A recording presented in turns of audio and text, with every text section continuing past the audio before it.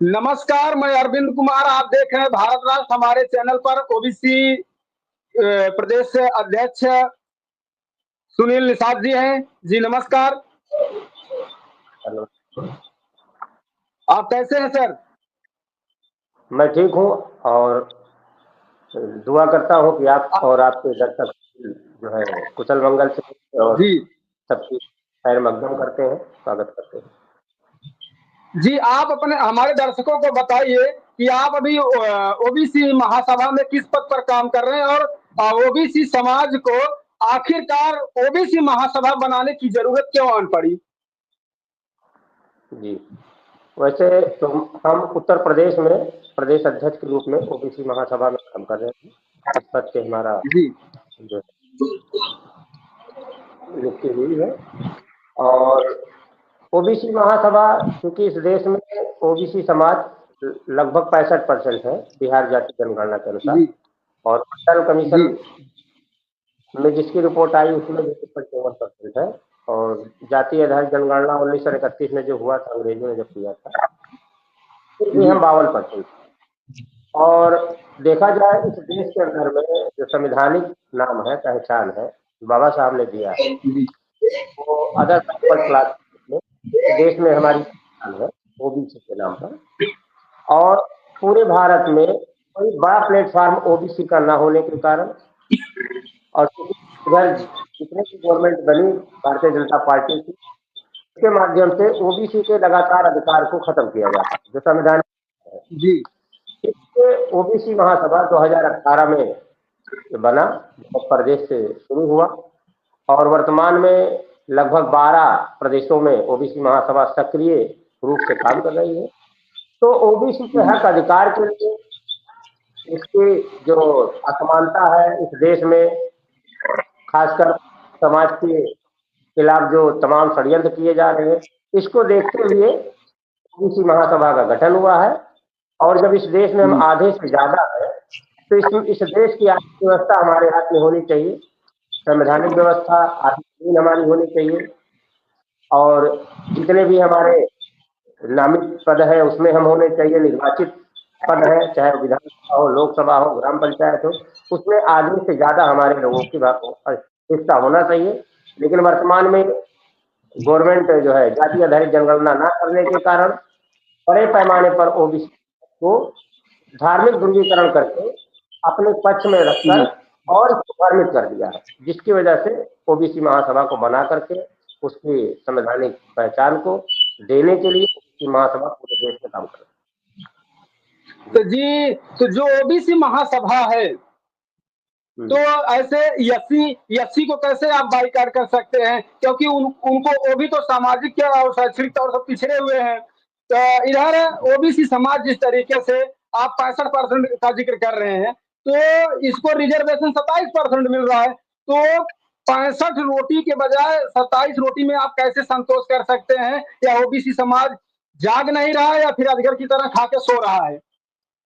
देखिए, एक कहावत है कि ओबीसी सोता हुआ शेर है। शेर तो ऐसे भी है, जी लेकिन सो रहा है।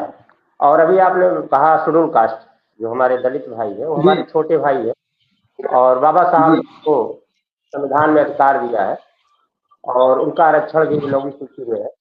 लेकिन अभी तक ओबीसी समाज को जो है मंडल कमीशन के बाद 16 नवंबर 1992 को जो है रिजर्वेशन मिला, एजुकेशन नौकरी में भी जी मिला। लेकिन अभी मंडल कमीशन की सारी रिपोर्टें लागू नहीं हुई है। आज अगर जी देखा जाए, बड़े पैमाने पर शेड्यूल कास्ट से भी ओबीसी समाज पीछे हो गया है, नौकरियों में पीछे है। अभी आप जो केंद्रीय सचिव, उसमें आप देखेंगे एक भी ओबीसी नहीं, 89 सचिव है, शेड्यूल कास्ट के 2 हैं, लेकिन ओबीसी जी के एक भी नहीं है। और जैसे आप कह रहे हैं, क्योंकि ये ओबीसी महासभा टोटल महापुरुषों के आंदोलन को आगे बढ़ रहा है, क्योंकि अगर स्वतंत्र रूप जी से ओबीसी महासभा अलग से नहीं बनाया जाता, तो जैसे आरएसएस, विश्व हिंदू परिषद, बजरंग दल, तमाम हिंदूवादी जो है, उसमें ही ओबीसी जाकर के काम कर रहा है। इस देश में जी 2 जी तरह के आंदोलन चल रहे हैं। एक मनवादी आंदोलन है, जिसमें बड़े पैमाने पर जी ओबीसी समाज जुड़ा हुआ, उससे उसका कल्याण होने जी जी वाला है। बहुजन मूवमेंट है, जिसको बाबा साहब ने ज्योतिबा फुले ने शुरू किया था, उस आंदोलन में भी ओबीसी समाज के पैमाने पर जुड़ा हुआ है। लेकिन इसका कल्याण जो है, जो बहुजन मूवमेंट है उसमें होगा। जो ओबीसी महासभा बनाने की मजबूरी ये रही कि जब तक स्वतंत्र रूप से ओबीसी समाज को इसका खुद का नेतृत्व तैयार नहीं करेंगे, तो ये ओबीसी समाज को बड़े पैमाने पर ब्राह्मणों ने जोड़ रखा अपने संगठनों में, और उसका बहुत नुकसान देखने हुआ है। जैसे आप जान रहे हैं कि मंडल कमीशन लागू हुआ, उसी समय कमंडल का जो है मामला बना और अडवाणी लेकर चले, और हमारे लोगों को विद्यालय ना जा करके वो मंदिर बनाने निकल गए। इससे बड़े पैमाने पर नुकसान हुआ, और इसकी भरपाई करने के लिए ओबीसी महासभा तैयार है। और इसमें सबसे पहला मुद्दा है कि जाति आधारित जनगणना, दूसरा है क्रोजियम खत्म किया जाए, और पुराने जैसे हमारे यहाँ चुनाव होते थे बैलेट पेपर से चुनाव हो, ईवीएम मुख्य मुद्दा है। और मंडल कमीशन पूरी तरह से लागू हो, और ओबीसी एससी एसटी का जो भी रिजर्वेशन संविधान में है, उस संवैधानिक अधिकार को पूरी तरह से इम्प्लीमेंट किया जाए। ये बहुत बड़ी समस्या इस समय खड़ी हो गई है कि जो हमारा रिजर्वेशन था वो कंप्लीट नहीं हो रहा है, न एसटी का हो रहा है, न एसटी का हो रहा है, न ओबीसी का हो रहा है। जी, तो देश के प्रधानमंत्री ने एक बात साफ साफ और स्पष्ट रूप से कह दिया है कि हम अयोग्यता को बिल्कुल बर्दाश्त नहीं कर सकते। अयोग्यता मतलब रिजर्वेशन, उनका कहने का मतलब साफ साफ उन्होंने शब्दों में कहा था कि हम रिजर्वेशन को बढ़ावा नहीं दे सकते। तो जो ओबीसी समाज के नेता उनके साथ जुड़े हुए हैं, मैं नाम नहीं लेना चाहता हूँ, आप जानते भी हैं, बहुत सारे ऐसे नेता हैं जो ओबीसी समाज के उधर जाकर के पड़े हुए हैं।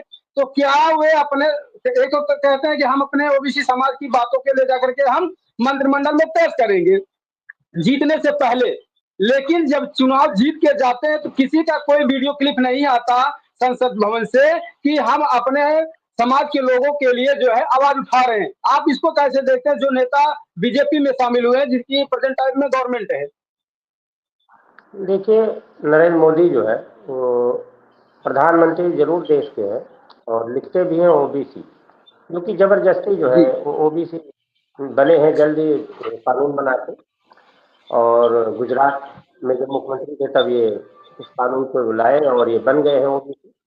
और आरएसएस करता है कि इस देश में ओबीसी समाज में राजनीतिक जागृति हुई है, सामाजिक जागृति हुई है, आर्थिक जागृति हुई है। इसीलिए ओबीसी समाज को, क्योंकि ओबीसी मूल रूप से शूद्र है, और शूद्रों के ही अधिकार को, इसके हक को, इसके देश को, इसकी सारी राज रियासत को मनवादियों ने और आर्यों ने छीना हुआ है। ये बात आरएसएस भांति जानती है, भले हमारे ओबीसी समाज के नेता और तमाम ऐसे लोग नहीं जानते हैं, और वो ये बात को बार बार काउंटर करते हैं। ओबीसी के नाम पर को बनाया, ओबीसी ओबीसी चिल्लाते रहे कि हम बहुत नीच जात के हैं, ओबीसी हैं, लेकिन हमारे ओबीसी समाज ने धोखा खा गए, जो बड़े पैमाने पे ओबीसी के नाम प्रधानमंत्री ओबीसी बताते रहे और हमारा समाज उसमें चला गया। जैसा कि अभी जो आरक्षण है ओबीसी का, वो नरेंद्र मोदी तो नहीं देंगे, क्योंकि निजीकरण के माध्यम से जो प्लान था कांग्रेस बीजेपी का, उसको ये पूरी तरह से लागू कर रहे हैं। आज के समय में जो हमारे नेता है, जो भी बीजेपी के साथ है, वो जातीय नेता है। जातीय नेता वो ओबीसी के नहीं है, वो दोगले लोग हैं जो अपने जात का नशा चढ़ा करके और वोट लेते हैं, बीजेपी से सांसद विधायक बनते हैं, लेकिन एक भी अपने समाज के लिए नहीं बोल पाते हैं। ऐसे नपुंसक नेताओं से हम लोगों का जो है चिन्हित करके हम लोग समाज में इस बात को रख रहे हैं, ओबीसी समाज में, कि ये एक चारा है। मछली पकड़ने के लिए हमारे लोग जिंदा चारा लगाते हैं, छोटी मछली जिंदी रहती है, उसको कटिया में लगाते हैं, और बड़ी मछली वो हिलती रहती है, दूरी नहीं जा सकती, उसका दायरा होता है, जितना बंधा रहेगा उतने हिलेगा, और बड़ी मछली आकर उसको खा लेती है। इसी तरह से जो है जीव चारा है ये ओबीसी समाज के जातीय जितने भी नेता, चाहे ओम प्रकाश राजभर हो, संजय निषाद हो, प्रिया पटेल जी हो, खासकर उत्तर प्रदेश की बात करूंगा, बहुत सारे ऐसे नेता हैं जो समाज को ले जाकर के वोट तो ले लेते हैं, लेकिन समाज के साथ बहुत जघन्य से जघन्य अपराध होता है, एक शब्द नहीं